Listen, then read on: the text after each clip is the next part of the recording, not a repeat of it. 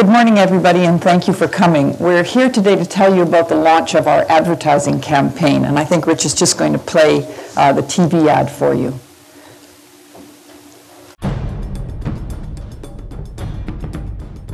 "177 schools closed. 10,000 overcrowded classes. Special needs still neglected.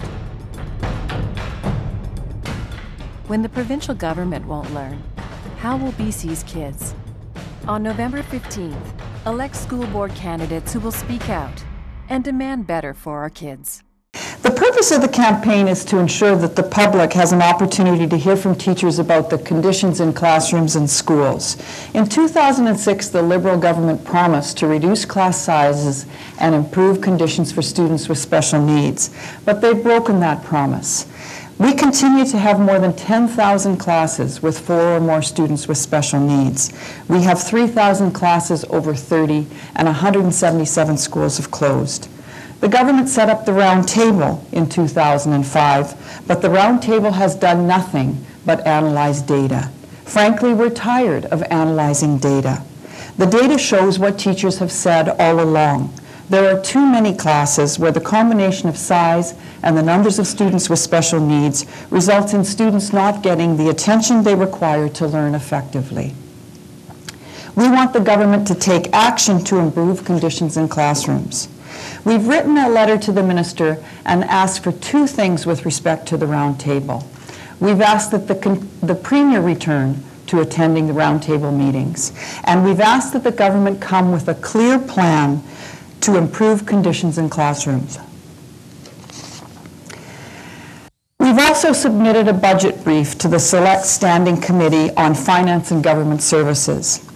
That funding brief talks about the issues that I've just discussed. It asks for improved services to students with special needs, for reduction in class sizes, and for full funding of costs downloaded on school boards. It also calls on the government to eliminate child poverty and to provide a fully funded universal child care program.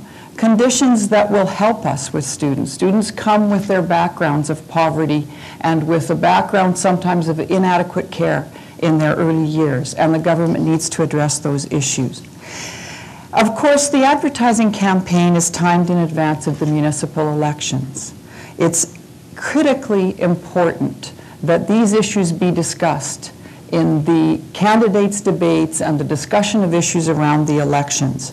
School trustees play an important role in school governance, and we need trustees who will speak out on the issues we have raised and join us in pressuring the government to provide the funding needed to improve learning conditions in classrooms.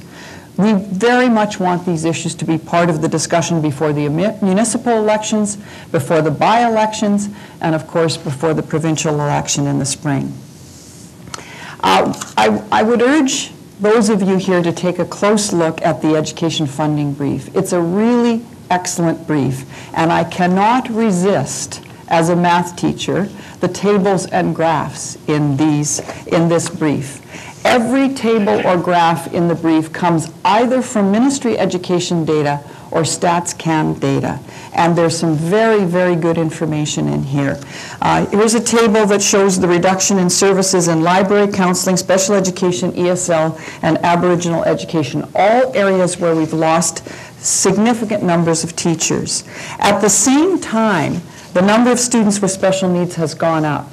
And there's a table in here that shows the increase in the number of students with special needs. The number of classes with 4 or more IEPs has not significantly changed since the Round Table started.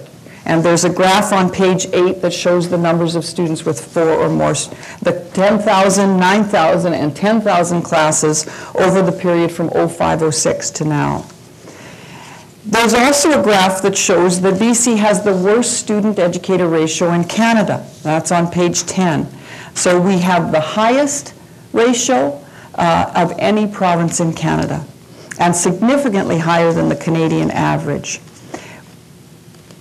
As well, there's a graph based on ministry data that shows the increasing enrollment for students in kindergarten.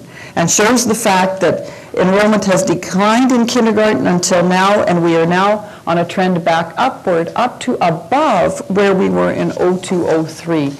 A graph that proves that the closing of schools has been a short-sighted move on behalf of the government.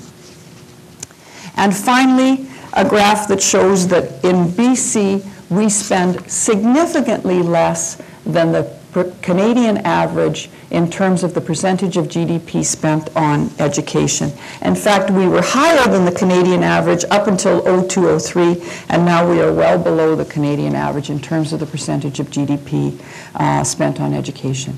And so I think that the government's own data, combined with the StatsCan data, confirms what teachers have been saying all along, and that is that we do not have the resources in this province to meet the needs of all children. Those are my comments, and I'd be happy to answer any questions that you have.